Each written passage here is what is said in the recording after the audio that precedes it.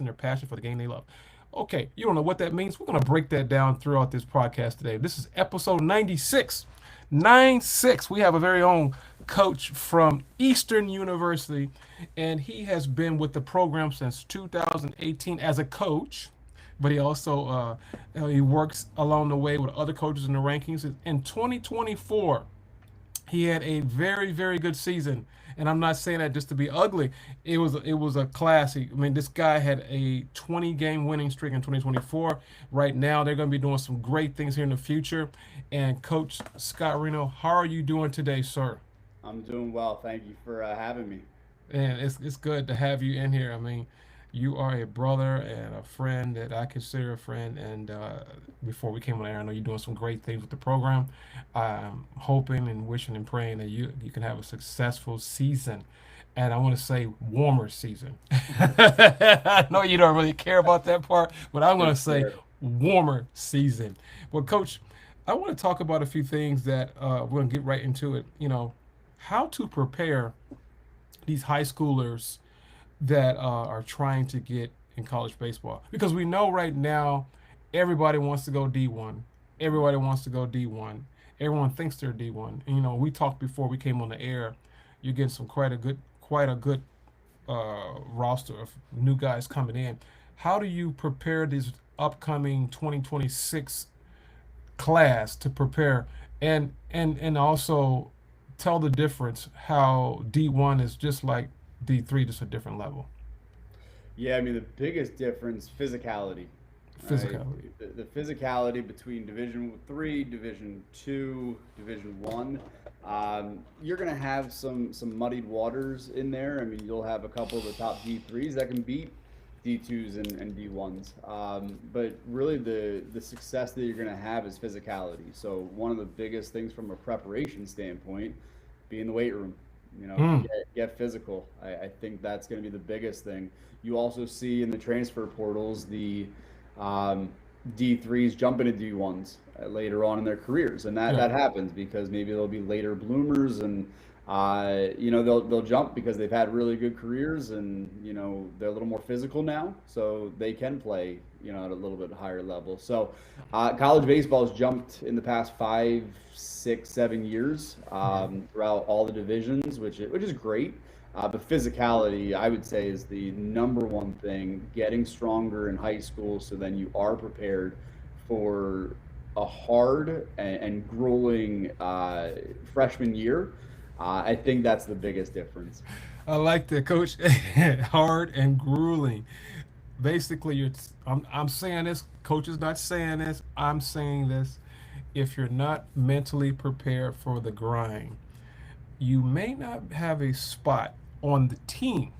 So I'm just throwing that out there. It's just a little caveat for people that are listening. With Coach, I'm just saying that because at the end of the day, I think that physicality is the most important thing. One of the most important things. There's several factors to playing college baseball. You know that because you played and I played as well. I know that when I came to college, I wasn't the biggest guy by any means, but the good thing was I was a grinder.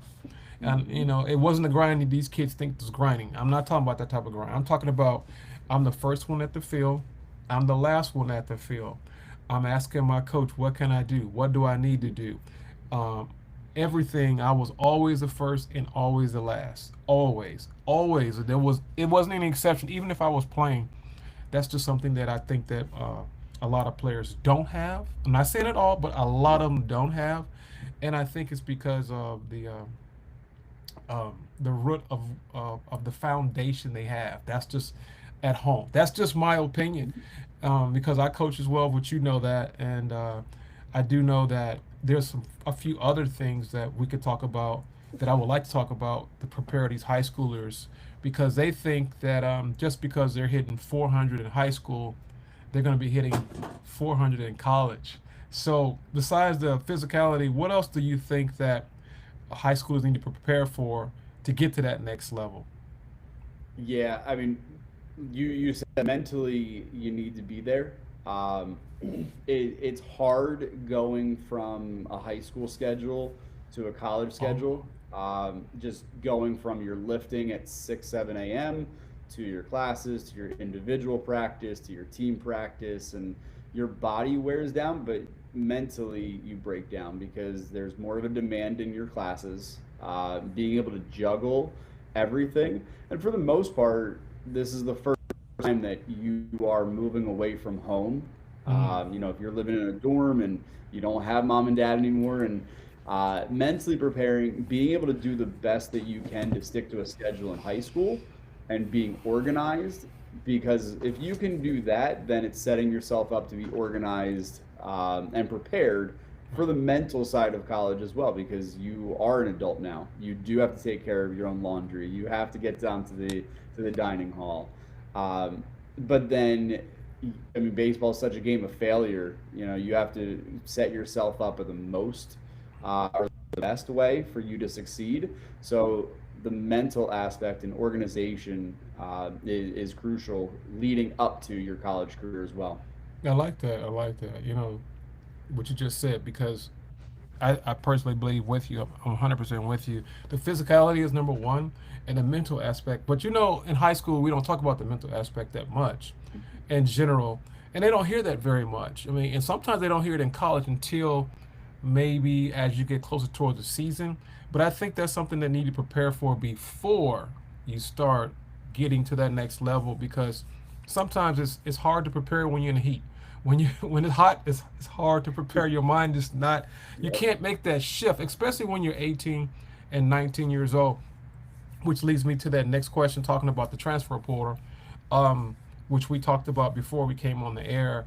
And before I say anything else, this is episode 96, guys, and we have Coach Scott Raniero with Eastern University baseball program, the head coach, and we're talking about what does it take to prepare to become college ready to get recruited. Also, we're going to talk about what is the difference between D3 baseball and everyone else, and we're also going to talk about what are some of the changes in college baseball today. And we talked about the transfer portal, which we're talking about that now. With the transfer portal, coach, I want to know something. We talked about it, like I said before we came on the air. The transfer portal, is that a plus or is that a negative for the athletes? Both, both. Um, for high school students, it's very hard. It's very hard.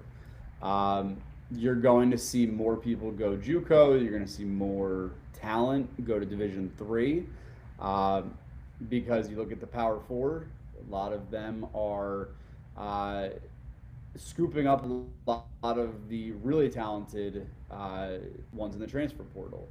However, the first day of D1 transfer portal, I think it was 4,000 baseball players went in. So it's hard. It's hard for the athletes coming out of high school to compete, because we talked about physicality. You have a 21-year-old that's transferring to a school, and as a 17, 18-year-old, it's hard to compete with that, Yeah. early on. But on the other side, it is good because people are able to move if they're in a bad situation. And I don't always blame the kid. I don't always blame the coach. There's individual circumstances that cause people to leave. I mean, my recommendation is find a place that you like, find a place that you're comfortable with, that you really enjoy the team, you really enjoy the coach, and compete your tail off, there. That's not the cool thing to do. A lot of students do like to be recruited again. And that's kind of the popular thing to do right now is let me go test the waters and see what else is out there. Right. However, you kind of burn a bridge there too when you don't find something. So Right. it's a hard market.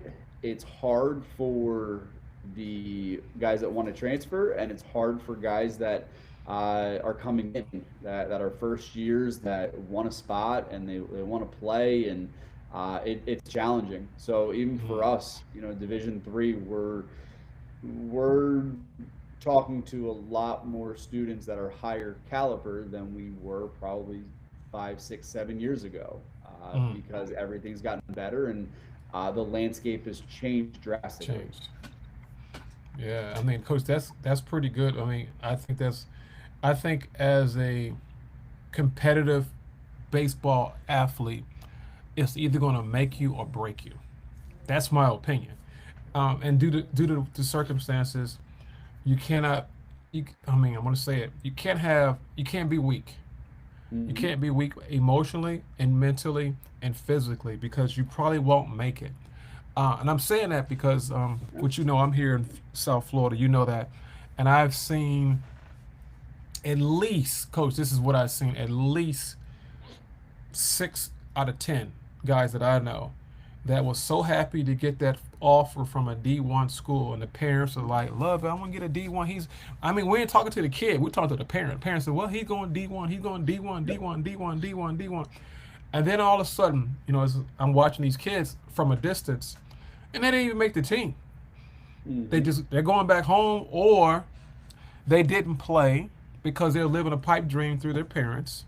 Yeah. And you know that's pretty sad because this is my opinion. I think that parents are too involved, a little bit too Mhm. involved, even when they're in high school. I understand you're there to protect, but there's sometimes you have to know when to let the leash go, let it go a little bit, let him grow up to be cultivate to be a man, and let him fall. He needs to struggle because when you go to college, you're going to fall. I mean, you're going to Yeah. fall. That's just my opinion. I didn't want to get in a soapbox, but I wanted to say that due to the fact people are listening to this podcast today, and I want them to understand this episode 96, very own Coach Renero from Eastern Michigan. I'm sorry, Eastern Illinois and PA, and we're talking about how to prepare yourself for a high school player trying to go play college baseball and much, much more. Coach, there's something else that we talked about before. You know, let's talk about the weather. I know you don't like Hmm. talking about the I just love talking about the weather. You know, and for the people that don't know, I'm from Chicago. I live in South Florida, and I hate cold weather. I just can't stand it. I can't stand playing in cold weather. But you know, Coach Scott, he's a trooper. He's an Eskimo. He can play in that stuff. I can't do it. But you know, for guys that are coming from the South, going to uh, northern part of the United States, what are some things they can prepare for going into a colder climax to play baseball?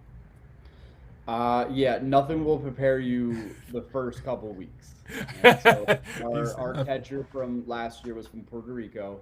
Our fall got down to 60 degrees or 65 degrees, and he was cold. He hasn't played in anything less than 85. But I'll tell you, at the end of our actual season, he was in shorts in 60 and 50-degree weather. So you do get used to it, right? And there's some unbearable weather. I mean, you're practicing some days in 30, 35 degrees, and that's not fun for anyone. Okay. But you do get used to the 50s, the 60s, and playing. Um, One of the things is wear sleeves. I know Where's the South Florida. You don't probably own a pair of sleeves. no? So getting used to playing with sleeves.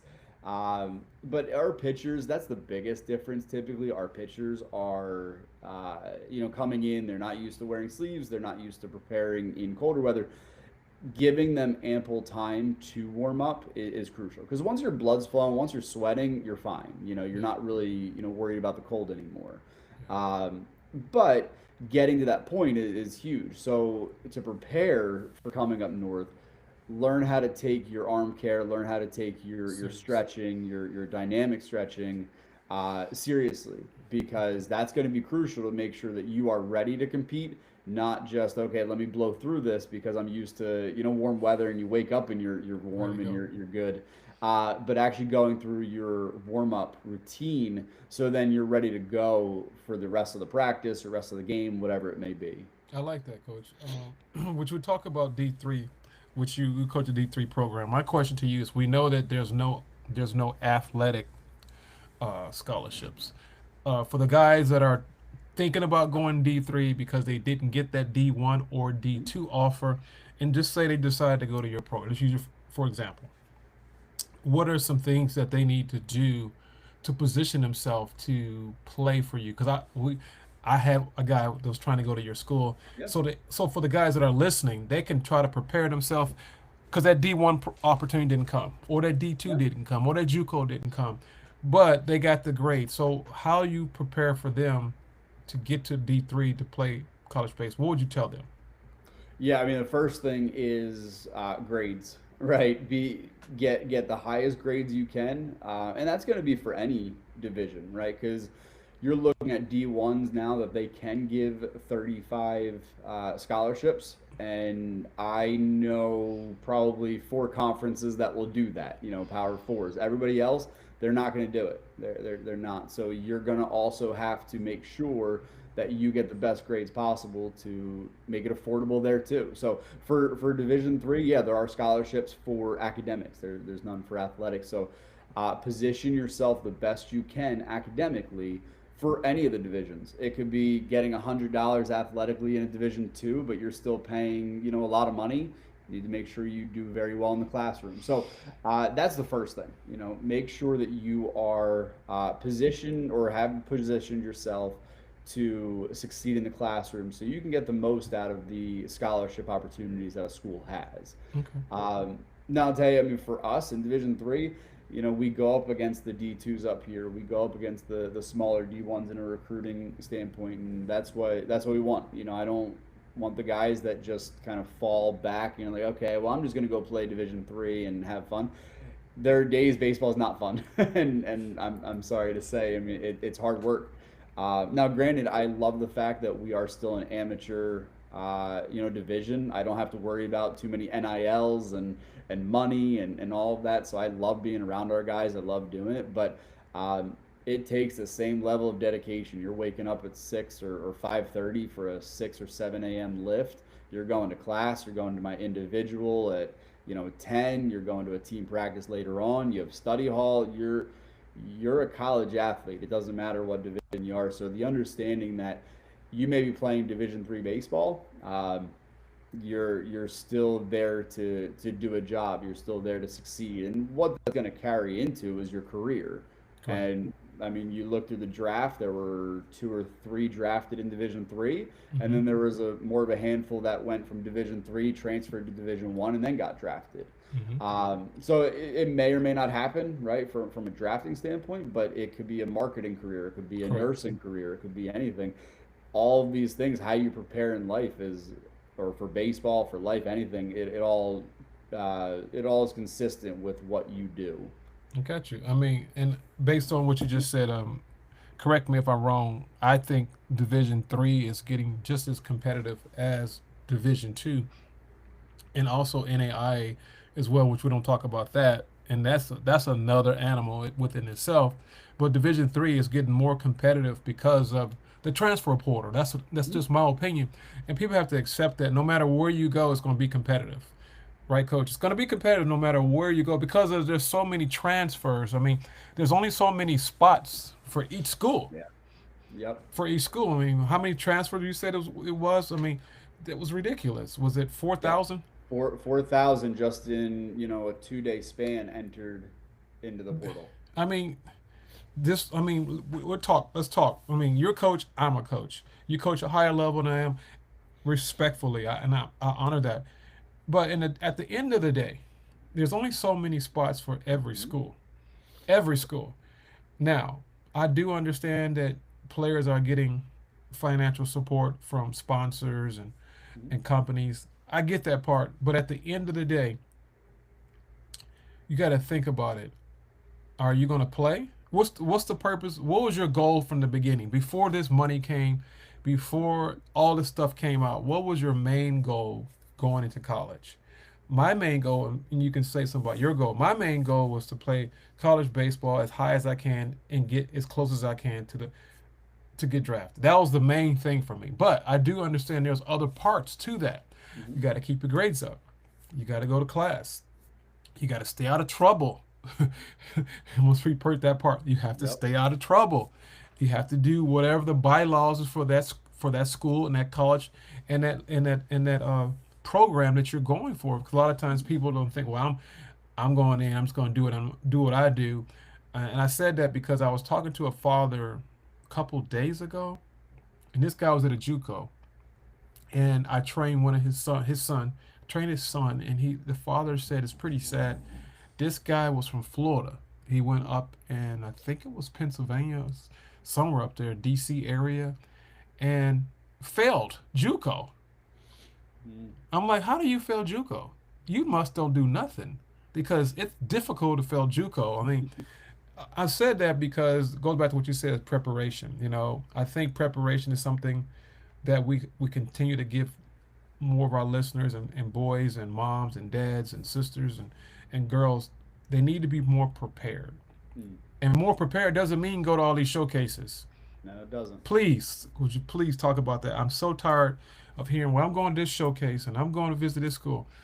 I mean, I think you should have a plan. The Bible talks about uh, have a vision, run with the vision, make it plain, make the plain that you can run and see it. The problem is, I think that a lot of times they're just chasing D1s instead of having a strategy. So, can you talk about that a little bit? Yeah, I think first having someone in your corner that can be honest with you is crucial. Now you may or may not listen, but if you're a guy that can go power four, that's awesome, right? And do it. If you run a 7.5 60 and don't hit the ball over the fence every other swing in BP, then you're probably not going power four, right? And we need to adjust. Um, and showcases, some are great and some aren't. Right, right. I think, like you said, having a plan to target schools, right? Target individual schools that you can play or that you can at least connect with. That's huge because if you go in and you're down there and you're thinking, hey, I can play at University of Miami, but you've never spoken to the coach and you're also a senior, there's a good chance you're not. Correct. Honestly, we're in the 26 class right now, right? So a lot of D1s are in the 27, 28 class. They call in the 1st of August. Not to say if you don't get a call on the 1st of August, you're not going to a Power Four, but that's when it happens, right? That's the timeline. So going to these showcases, some of them are good. Some are great because they have some of these schools that you're targeting, and you realize that yes, these 7 schools that I really like and I can play at are there. That's Hmm. great. Right, Some are not. Some are, like you said, just kind of wasteful, right, and we don't have a plan. right. Because there are schools that aren't interested. There are schools that maybe you can't play at, or maybe you don't want to play at, because we get it all the time. People will even email us with a major that we don't have, right? And it's like, unfortunately, we can't change that, right? So you can't target our school. So I wouldn't come to our prospect camp, our individual prospect camp. I would not come to that if we don't have your major, right? Wow, coach, So that's good. having a target and having a plan is huge going through this process. I like that, Coach. I like that, and which brings me to a commercial break. This is sponsored by YouGoin'Pro, and if you are trying to get to the next level, play college baseball, are you trying to figure out what does it take to be a college or D1 baseball player? I got some great news. I got a new book coming out next month at the end of September. It's called RUD1. It is going to be a blast. The book shows you everything about what it takes to go D1 baseball. So stay tuned. Go to my YouTube channel, You Going Pro, and also check out my Instagram at You Going Pro Sports. And you will be updated here very soon. So that is a commercial break for You Going Pro. I had to throw that in there because we're talking about that. But coach, listen to this part. There's so much we can talk about, but there's one thing that we need to talk about. Now, me and you talk about this outside of the show. And I think one of the first thing that a coach looks at, and you're gonna agree with me. I know you know where I'm going, is character. Hmm. Because I don't care if you go D1, D2, D3, JUCO, or NAI. Any coach that has a backbone and have integrity and has a wherewithal about who he is and the program he's trying to build. Character is number one. But we're not talking about talent yet because Hmm. there's a lot of knuckleheads. Let's just call it what it is, knuckleheads. I coached them. You coached them. You've seen them. I've been around them. I've played with them. And they think just because they can hit the ball out the park or they can run a 6 I'm using that for example, Hmm. or the exit velo is 95 or 96, but they are a hothead. They can't take orders, coach. They can't listen. Please, I'm begging you, can you please talk about that so these guys that are trying to go from high school or JUCO and they were the man, but they got to understand that character is probably number one. Would you talk about that? Yeah, you're not wrong. Character is number one.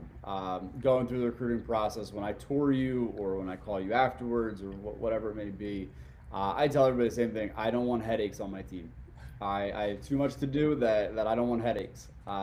You have to be a good human being, and you have to take that seriously. That's important because in the end, you represent when we go on recruiting or when we go on away trips, when we go down to spring break, or if you're around campus, you represent me.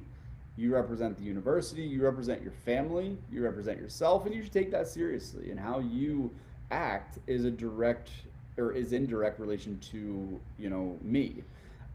So I think that's crucial. Now, granted, people mess up, and I get that, Right. right? People make mistakes, and there should be some grace there too, right? Right. But there's a reason in the recruiting process we call coaches. We call a lot of people. How is this person in practice? And it's not even a question of how well did he do in batting practice. It's how is he with his teammates? How is he with his mother? How is he with his father? How did he treat people? That's huge. I have a group of they're going to be seniors now. I don't have to tell them to stick around and make sure that they clean up the dugout Oh, after an wow. away game, right? They know to do that, and Mm. they're teaching our young guys. But if there's a sure way to not be a part of a college baseball program, is having no character. Mm. That is one where you're going to be let go if I make a mistake in the recruiting process and we bring you in and it doesn't fit. I won't have you around much longer. Mm. Talent wise, we can work on that. That's one of my jobs is to get you better, right? And but from a character standpoint, if you don't have that, then there's only so much I can do, and there's going to be a very limited time that you're going to spend in a college program. Coach, I love what you just said. You said the key word, do you fit? And Hmm. through the recruiting process, that's something that parents don't think about. They think about the lights, camera, action. Is my son gonna play, or is this gonna happen, or is this gonna happen? And those are very good, important questions. But there's another part besides character, and which you can elaborate is, I think personally that you need to ask more questions because if you don't ask questions, you're gonna you're gonna be happy or you're gonna be miserable. That's just the bottom line. Because what's gonna happen is this: I have a certain personality, you have a certain personality, and and you have a certain culture in your coaching style, and I have one as well. And some kids cannot deal with certain disciplinary actions. Let's just put it that way. Yeah. And I think that during that process, for the guys that are listening, girls that are listening, parents that are listening, it's episode 96. And we got Coach Raniero from Eastern University. We're talking about how to position yourself to play college baseball. And the thing is, don't you think that they should have a list of questions for you? And also understand that just because you may play, is it a good fit for you? Does your personality fit this coach? Because, for example, I'm giving you an example. I won't use this coach's name. He coaches D1 baseball. Very nice guy, extremely nice guy. But when he is coaching, he does not talk. He Hmm. kind of like, he's like kind of anal, would be more the word. And when you mess up, he loses it. He just loses it. But that's not his person. You would think he's one way, but when he's on the field, he's Right. totally different. So, can you Yeah. talk about having a good? What's the best fit for you when guys are trying to go to the next level and figure out what school to go to? Yeah, I mean, first off, ask any and all questions in the recruiting process. No question should be off the table when you're talking to coaches. If they're hiding something, as a coach, that's a problem, right? And that's probably not a fit at that point anyway. And there are some times you may not know until you get there. But I would say one of the questions is, can I have the number or an email to a couple of your players? and ask them a couple I questions, like that. or what would your players say about you, or those type questions. Now, when you come on a visit to Eastern over the summer, we don't have players here. They're all elsewhere. But during the fall, we stop and we talk to players. We talk to students and see what they say. I don't script them on what to say. I hope it's kind of close to what I say. What I tell you. For me, I'm not a yeller. I'm not. I'm pretty intense, and I get sarcastic. I'm a little bit more on there. Um, but I am more of an old school type coach. I mean, practices are not just BP and I own. We go home and it's all fun. We go through a lot. We work during our practices. It's a structured practice. So if you're not used to that or you don't like that, I'll tell you that. And then if it's a fit or not. Right. If you don't like to, you don't thick skin and you don't like to be made fun of, and I get after you a little bit, right? You mess up, I'm going to make a comment. Mhm. But you also know that my door is always open for you. You also know that, I'm going to get to know you as a person. So, I'm not for everyone, and that's okay. And the coach next to me is not for everyone. We go to these recruiting places and we talk to all these different coaches. We all have different personalities, and that's okay.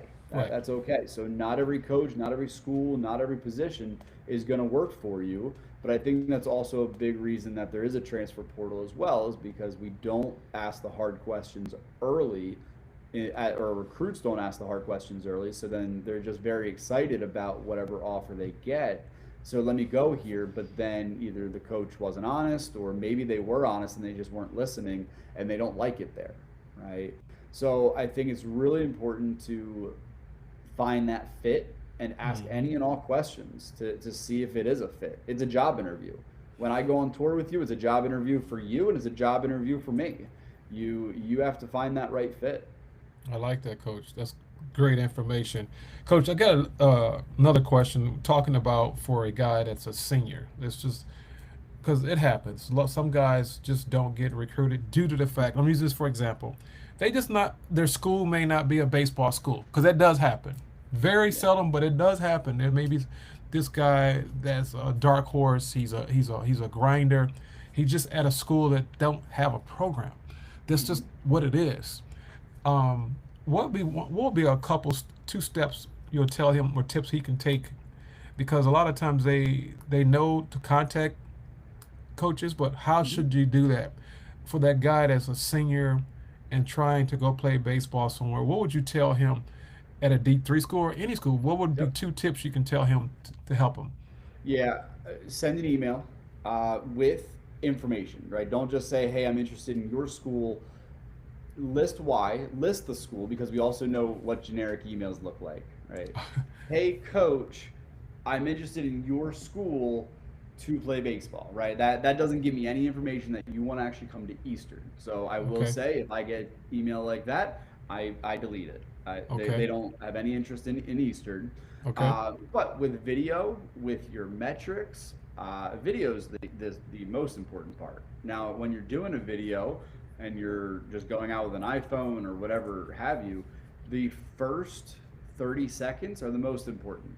If I don't Okay. like what I see in the first 30 seconds, I go to the next person, right? If I like what I see the first 30 seconds, then I look further on into the video. Twitter or X or whatever it is now, right? Go on there and post information on there. I'm on X just looking every single day, and um, that's huge. Have a presence on there. There's a ton of handles that people can tweet at, I guess. Sorry, I'm old school. I don't know what these new That's okay. lingos are and everything. But if you tweet at at bu uncommitted .com, whatever it is, right? You do all that. There's a chance that coaches are going to see you. If they like Okay. you, then they'll reach out. But you also have to be proactive in emailing coaches, in setting up your social media account. Social media is crucial nowadays of where you are. Mm. So being proactive, even in a senior. Now, like I said, I don't know if the power fours are coming. Maybe they lost more people in the draft and they need to pick somebody up. Maybe. but D2s, D3s right now are still looking. So in that sense, be realistic in where you may be, and what your goals are here. Would you rather not play baseball than go to a D3, or would you rather play D3 and compete there? And everybody has their own goals. Right. But email with specifics, with what you're majoring in, with metrics, with video, those are really important. Make sure you get the name right. I've had a lot of people, send me an email and then they email a coach, actually a buddy of mine at a different school, and they just copy and pasted everything, and it'd be, his last name, and I just delete that email, right? And it's like, okay, that's fine. It happens. It happens. But be detail oriented when you're sending out emails. I like that, coach. But I guess the next question, part of that question is, how many times should you send an email to a coach to know enough is enough? When would you know when to say, hey, I want to go to Eastern. I understand he has a roster. My grades are, I got a 4.0. I just want to start there. I want to go there because number one, I have relatives that live close there. I have family members. They have my major, Mm-hmm. and it's an opportunity. I may not play that much, or I may play very little, but I have that experience to build on that.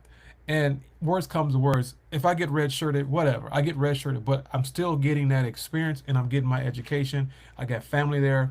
I like this coach. What would you tell that kid? Yeah, so each situation may be a little bit different. I would say reach out a few times. Over the summer, there's a chance that I missed your email. Right. Right now, for me personally, I do try to respond to emails, or I send you over to an assistant. I have an assistant that heads up our Texas recruiting. I have an assistant that handles our Florida recruiting.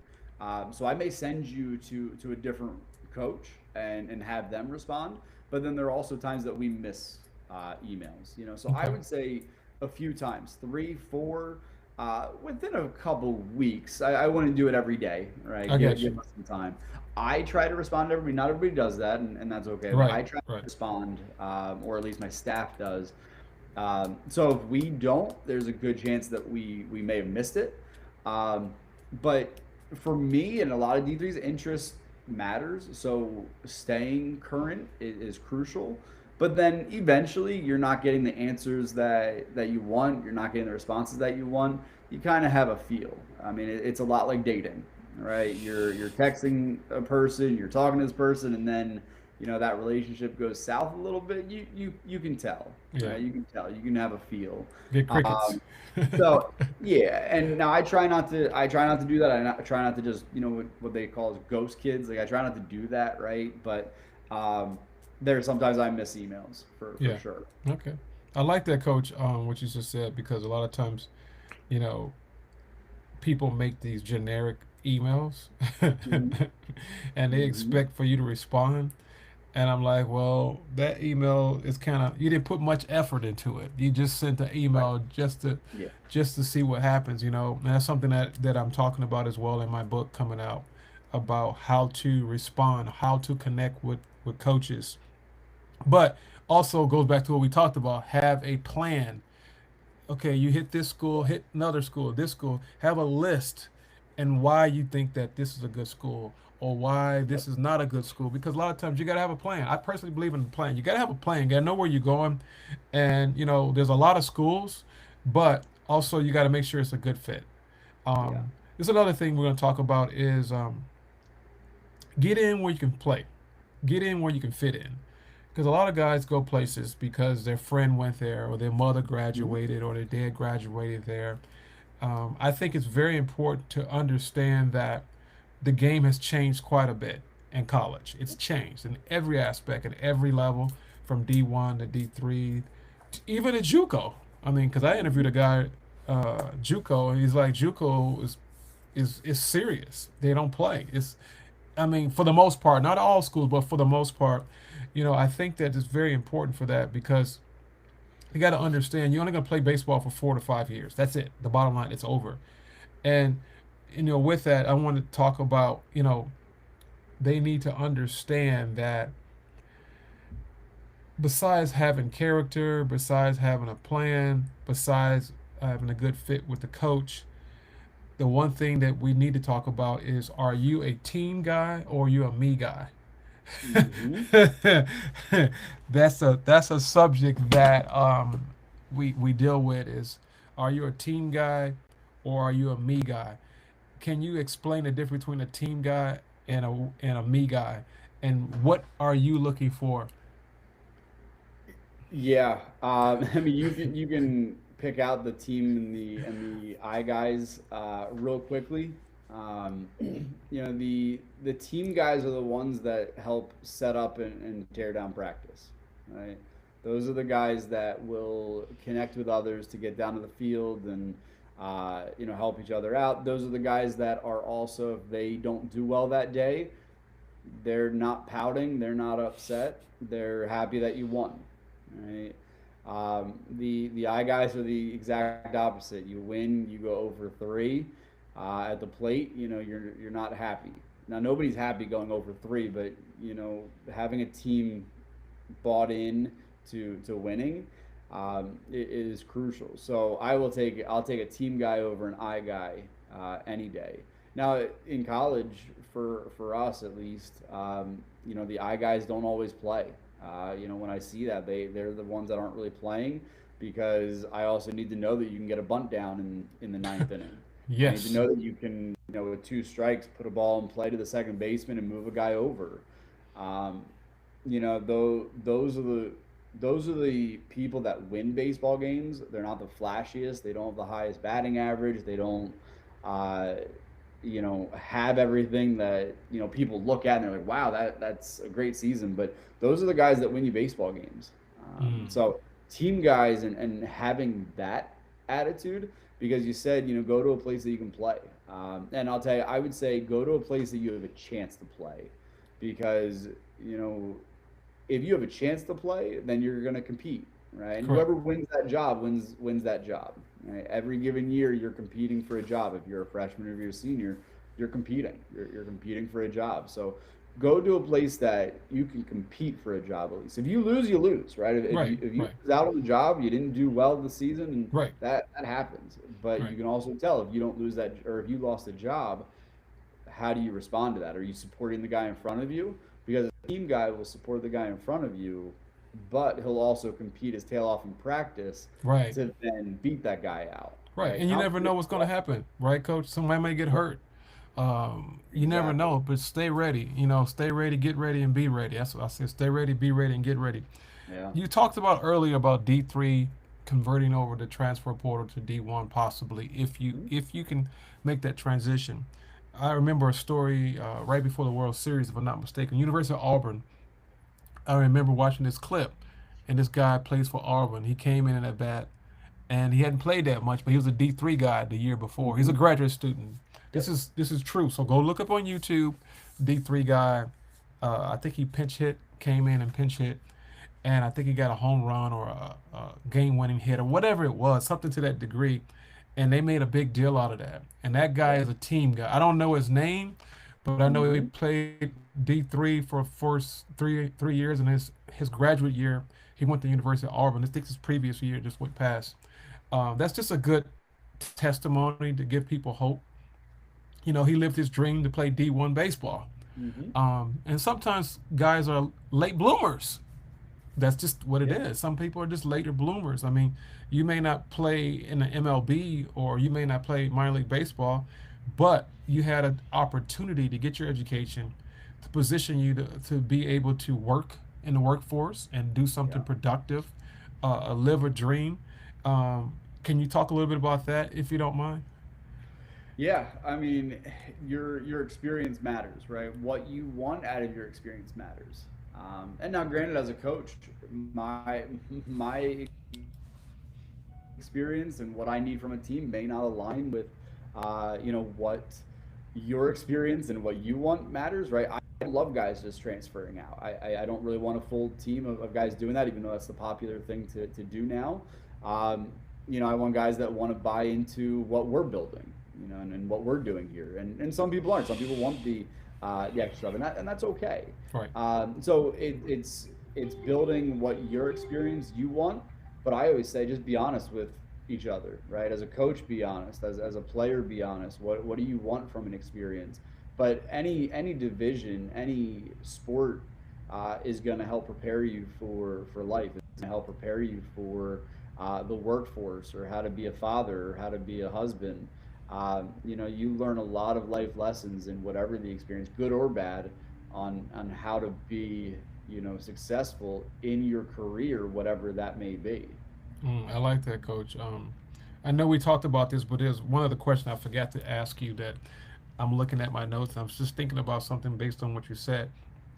We're talking about team guy against a me guy. I call him the me guy or the I guy. Mm. Um, Talk about this is something that which probably bothers you and it bothers me. For the kid that, man, this is tears me up, Coach. The kid that went 0 for 3. He struck out 3 times. He goes back in the field, and then he boots the ball because he's still talking about those 3 at bats. Yep. Um, if you can give us 3 tips, because baseball is such a failure game, you have to know how to be mentally strong. You have to be proactive in your thinking, and you have to get an understanding what happened and move on. Because the next pitch, that's what I call the next pitch syndrome. The next pitch, the next pitch. What can a high schooler trying to get to the next level, because when they get in a slump, they're in a slump. I mean, they think about the hit, they think about the arms, they think about they dipping, they think about everything, and then they go out to the field, and then it messes the whole team up. So can you talk about that a little bit? Give us like some tips how to make that transition mentally. Don't bring your defense with your offense because you're hurting Yeah. the team. Can you talk about that if you don't mind? Yeah, I mean that it's hard to do, right? It's hard to do, and you said, I mean, the next at bat is the most important at bat. The ones that succeed are the ones that can separate pitch by pitch. Separate. Usually, I mean, pros can separate pitch by pitch.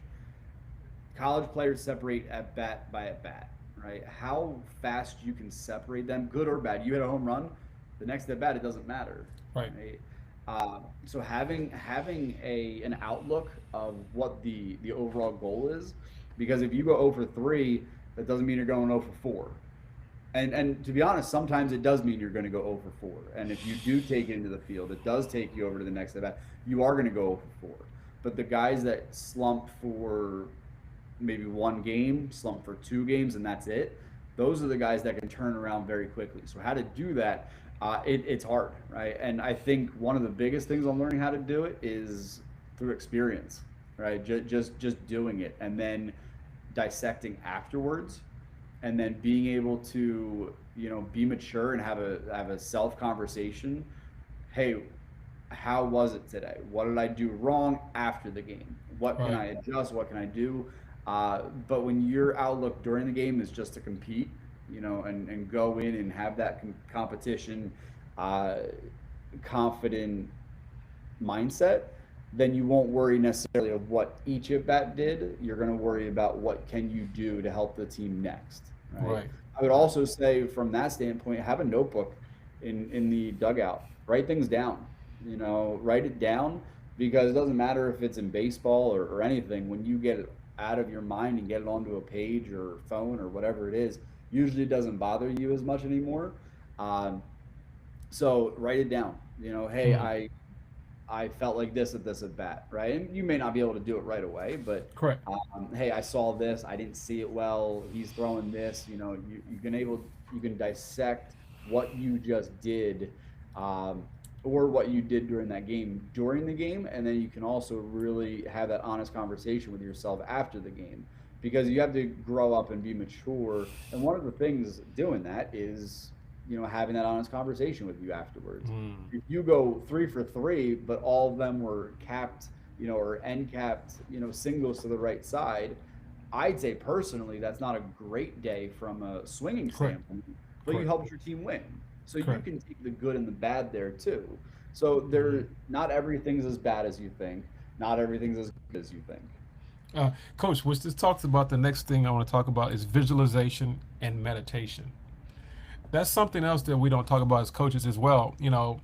Like when you before you go to the field, I think you need to be meditating the expectation of what you want to come. Now, it doesn't mean it's gonna happen. Hmm. for people that are listening. Doesn't mean it's going to happen, but I really believe what the Word of God says, what the Word says. As a man thinketh, so is he. If you're thinking about something, eventually it's going to happen. Hmm. You think about something bad, it'll happen. It happens. Hmm. But if we can train ourselves to visualize before we get to the plate, what are you going to do? And meditate on that over and over. It has to be like, we're meditating on something. We're thinking about something every day. Hmm. So let's visualize and meditate on good success. I know that you agree with this totally, because I know you. But Hmm. uh, can you give us maybe a tip how we can help the listeners to learn how to visualize and meditate the next at bat or that next game Yep. or that next throw? But a lot of times kids say, "Well, I don't meditate." You Yeah. meditate on something. You're thinking about something. Yep. So, can you talk about that a little bit so we can help these guys get to that next level? Yeah, I mean, visualizing success is important, right? Visualizing because you can kind of trick your brain into thinking that you've been there before, that you've done this before. It could be bottom nine, and you need a hit, but the also changing your thought as well. I have to get a hit here, or don't strike out, or don't make an error, and those are all negative thoughts. Correct. Even though you're saying, oh, I have to do something, it's still a negative thought. Is one, in practice, changing your thought to I have to practice to I get to practice. I Mm, think that's a really important mindset. I like it. I get to be in this opportunity, and visualizing yourself succeeding, not visualizing yourself I have to get a hit, or what if I strike out, what if I hit a Mm, double here, what if I do something else. So the night before a game, visualizing you being in that situation and doing well. If you're a pitcher, visualizing what pitches you want to throw in each. It's preparation. And then at bat to an at bat, everybody says turn your mind off. You really can't. Everybody is thinking during it. But what are those thoughts? Oh, well, what if he gives me a breaking ball? I can't hit breaking balls. I can't do this. I can't do that. Is I can do this. I can do that.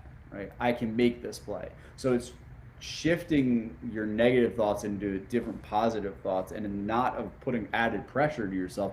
I have to do this. I have to do that. I can do this. I So I like think that. that's really important, how we shape and shift our mind into success instead of failure.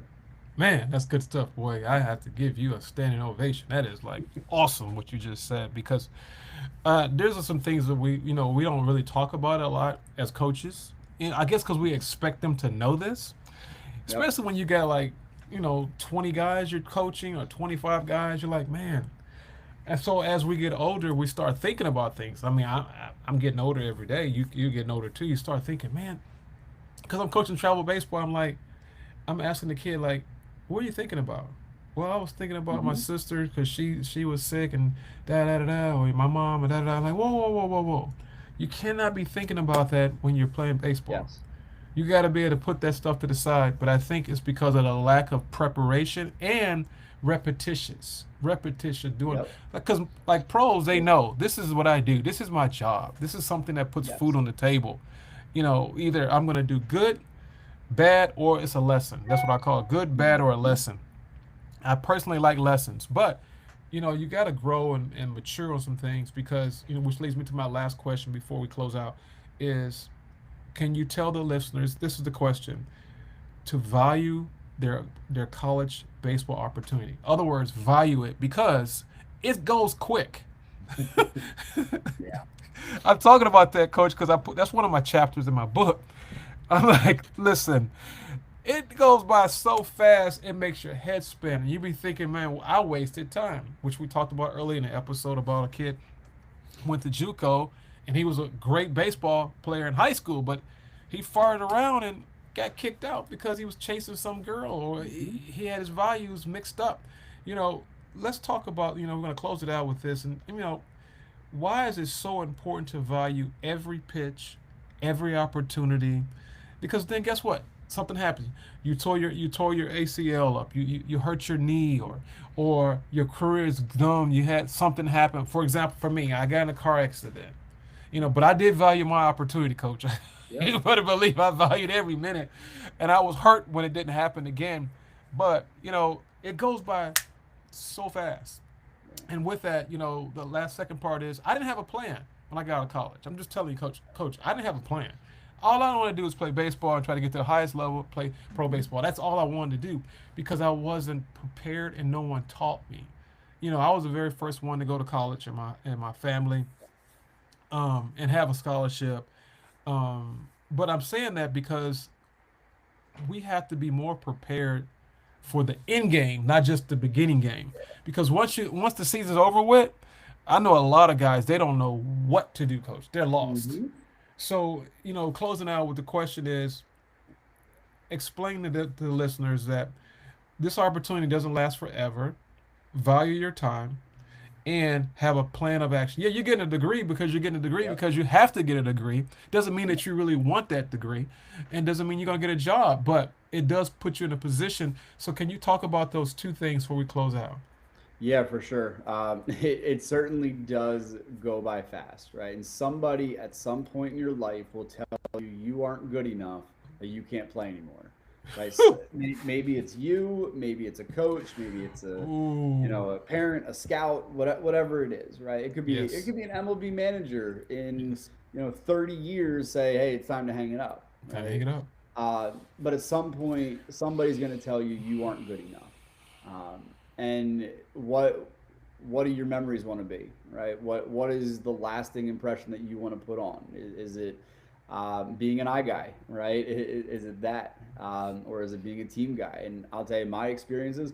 I remember, being around the players and having a good time in college with the people that I, trusted and really got along with. And then I remember the success that I had in certain games or moments. I don't remember all the bad, right? You Yeah. don't remember all the bad, and I think that's a perspective to have is you may not remember every little thing as big as these moments feel in game. You're not going to remember every single thing, but how you treated people or how you prepared or what you did in bigger situations. Yeah, or the success that you had in big situations. You're going to remember those things, Right. Right. right? I also think in preparation for that though is I figure out your identity, right? In Mm. college, it's hard to do that. College, it's hard because you're figuring out your identity. So for me, I identify through my faith. I think that's the biggest thing, and I stay grounded through that. Amen. But identify something because you're not always going to be a baseball player. You're not always going to be a shortstop. You're not always going to be the number one arm of college or in the pros or whatever. So you need to be able to identify who you are and have an identity, I like it. and which will help you in that transition because it goes fast, So right? And fast. enjoy your experiences. Like I said before, moments may not be as big as you think they are in the moment. So being able to have that, uh, outlook that you'll be okay regardless of what this is going to be in this at bat or this inning. It kind of helps you relax, and then you won't find that pressure as much. Mm. But staying grounded and finding out who you are and your identity really helps outside of baseball. Coach, I got two questions now. I was going to close it out, but you just talked. You just stirred up the pot. I'm sorry, you stirred it up. You really stirred me up, and in a good way, Coach. You know, when did you give your life over to God and change your faith, and what made you change it? Because that's something that we need to talk about more because we're not going to be here forever. Hmm. I mean, I praise God. I thank God for giving me another day to Yep. breathe. And I said that because I had a car accident on my senior year of college. I ran into a gas truck and I fell Mm. asleep on the wheel with no Yeah. seatbelt on and went through the window and came back in the car. So I know there's a God, and Yep. I'm not afraid to say that Jesus is my Lord. But what made you change your life to give your life over to Christ? Yeah, so I was fortunate enough to grow up in the church my whole life. My parents were Baptists, and I grew up in church, and I was around, Bible teaching and biblical teachings and theology, and I was fortunate enough for that, and I praise the Lord every day that I was, born into that, right? However, I mean, I've gone through trials and tribulations. I broke my leg in middle school. I snapped it straight in half, and Ooh, that was hard.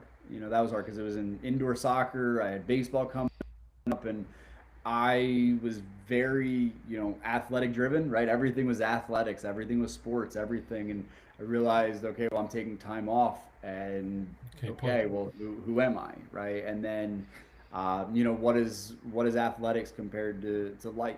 And then getting into college, my freshman year, I had a broken back. I had two cracks down a vertebrae. I had no fall.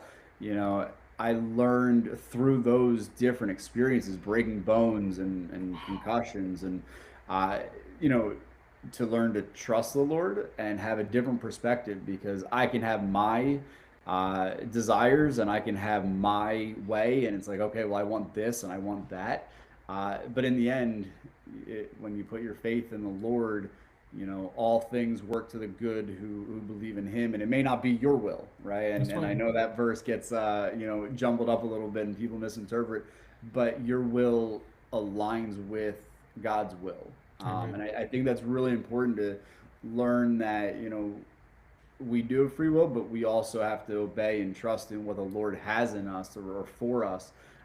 If the Lord tells me to stop coaching, Yes. and do something else, then I have to decide if I want to follow what He's telling me or not. And that's something that you choose your faith every day.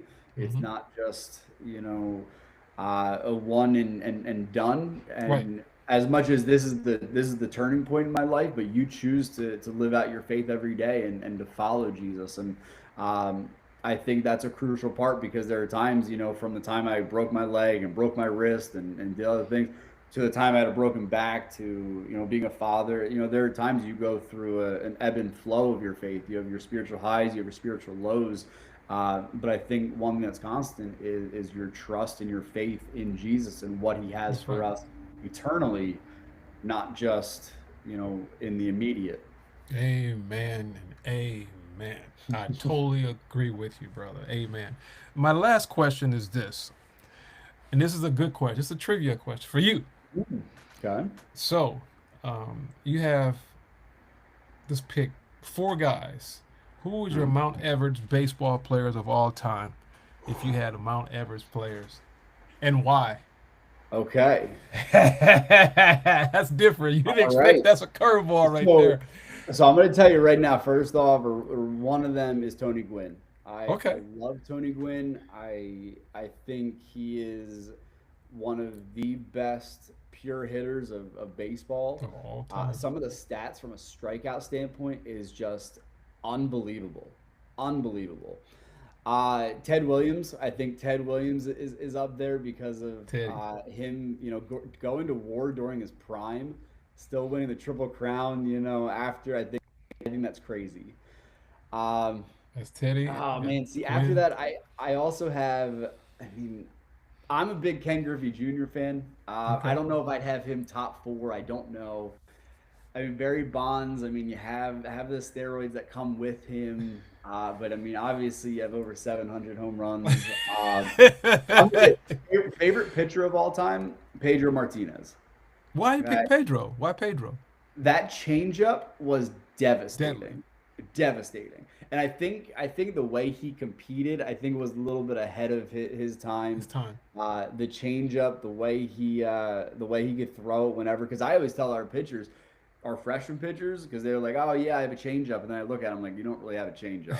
Like, the changeup is the last for you to learn. We don't throw changeups anymore." I mean, that was just devastating, and I loved how he competed. I love how he worked. Um, oh man, So you got four? Teddy and you got Tony. Those are really the two you Yes, said. The other ones yes. you kind of they're like Uh, honorable mentions. You don't have I, really them on the so from list. a pitching standpoint, I would put Pedro up there. I I I, Pedro. I would put Pedro. So Okay, that's that's three. three. Oh man, four. Um, Wow. see, I am from a shortstop standpoint. I'm gonna go different, right? And Okay. and probably not the top four baseball. Top of top. But from a shortstop standpoint, Omar Vizquel probably had the best hands of For of all for time. for Cleveland. Yes, from a defensive standpoint, from a shortstop, because I was a shortstop in college, probably the best hands and best defensive shortstop of all time. That's what I would put. Well, So he he played quite a bit. He played a he long did time. he did. I think he had 10 or 11 Gold Gloves. He just couldn't hit. He just couldn't hit. Man, it's like Omar Vasquez. He played for Cleveland. He played Yep. at least 15 years. Would I Oh say yeah. Oh yeah. at least 15? For a guy that couldn't hit all that well and play that good of a shortstop, I mean that's pretty good. I'm surprised you didn't say, you know, what's his name? Maybe Ozzie Smith. Smith, Ozzie Smith. Yep. Because you've been Ozzy's an up there. infielder. O- Uh, Ozzy's up there. who else? Who else played the infield? Was good. Ozzy was. The guy that played for the Reds. Barry Larkin. He was Barry another Larkin. one. Barry Larkin was really good. He's definitely up there. I was like, wait a minute, you for Yeah. an infielder, I would Yeah. think that you would think. He's definitely up there. I was See, like, I'm not a Cal Ripken fan because my biggest thing is he played for so long, so that's why he has records. That's why he has 3,000 hits. I was a huge Nomar Garcia Parra fan. Now, oh, okay. during his stretch in the early 2000s, I think he was the better of the three shortstops, but he just didn't play long enough. Oh man, that's like it's just when I ask my guests this question, it's like they love it. They like get excited Yep. because I mean I try not to be biased because I was an outfielder, so pretty much Yeah. everybody on my Mount Everest are outfielders. Yep. I don't like that question. I really don't like that question because it's not a fair question. You Yeah. know, It's hard to pick from different positions, right? It's yeah. so Because hard. even I compare to today's baseball players, I'm like, Yes. yeah. I'm looking at these guys like, yeah, but you guys, you guys got a little bit more of an edge because you know a little bit more with all this Yes. technology stuff and this all this other stuff that you get this. Because back then we didn't have all that. Didn't have it. We Didn't just have it. played. You Yep. know, I mean, one of my favorite players besides, I don't care. I love Barry Bonds, period. I don't care. I Yep. just love Barry. But the one that really got me into baseball, you will never believe this one, is Pete Rose. Yeah. Pete Rose is my guy. I mean, I Yep. love Barry be my number one It's player, hard not to be. but Pete Rose was the guy that I really admired growing up Yep. because he wasn't very athletic. He just worked Right. hard and became athletic. Yes. And he was always overlooked Yep. because he was a little short and a little scrawny Yeah. and he had a little grit and he had a little attitude. So he would be the guy that really made me or helped me believe in myself because of Yeah. his work ethic was just like contagious. Right. It's more like a what's his name? What's his name? Michael Jordan and Kobe attitude and Pete Rose, Right. but he didn't have the talent they had. That's what Yeah. I said. That's why, and I mean, so when people ask me that, don't ask me that question. It's hard for me to give an answer because It's you hard. said Ken Griffey. I love Ken Griffey, Yep. Barry Bonds, Ricky Henderson, and they're all Yeah. outfielders. See, they're all Yes. outfielders. See, I'm a little Yes. biased because I played outfield, so it's hard for me to make those. Then when I look at these other new guys, no disrespect to them, they're great. They're great players, but Yeah. the game has changed so much. It's a little different. Yeah. It's not as, it's my opinion. It's not as fun to watch because yeah, I do like the clock. I do like a few. I like a lot of Yeah. things, but the problem I don't like is it's like you know what they're gonna hit the ball at, and it doesn't. Yeah. It kind of like you're like robots a little bit. I just want you to go out there and play. I want to see a bunt. I want to see a bunt in the situation. I want Yeah. to see more hit and runs. I want to see baseball. I don't want to see just Yes. hitting bombs all day. I mean, that's great, but just because Yep. you hit a home run doesn't mean you're a great hitter. What Yeah. else? What else can you do? Can you steal bases? Can you throw a guy out? So But anyway, Yeah. I didn't want to get into tangents, Coach. I had to bring that up. This is some exclusive stuff, people are listening to this. But man, I want to say thank you, man. This has been a great episode 96. It's been really, really good. I mean, I want to say thank you, man. I appreciate it. If you can close out and give your contact with people if they need to contact you or looking forward to maybe an opportunity, be greatly appreciated. Yeah. You can email me at Renaro, which is Renauro at eastern.edu. And you can find me on Twitter at Scott-Renaro. Great, man. I appreciate that. And also for the listeners that have just listened, we're going to close out today. And I hope you guys enjoyed today's episode. It has been a great, great episode. We talked a lot about everything. You want to go college, play college baseball? This is the episode you need to listen to. We talked about D3. We talked about D1. We talked about the intangibles, the things that people don't want to talk about. We talked about stuff. Are you a me guy, or a I guy, or a team guy? We talked about the things that coach looked at, a character, some things you need to look at. So with that, when you get on the road, you always got to think about where you're going. What direction are we going in? I ask every question, every closing remark. Where are you being led for the listeners? Where are you being? You're being led. Other words, where's your direction? Where are you going?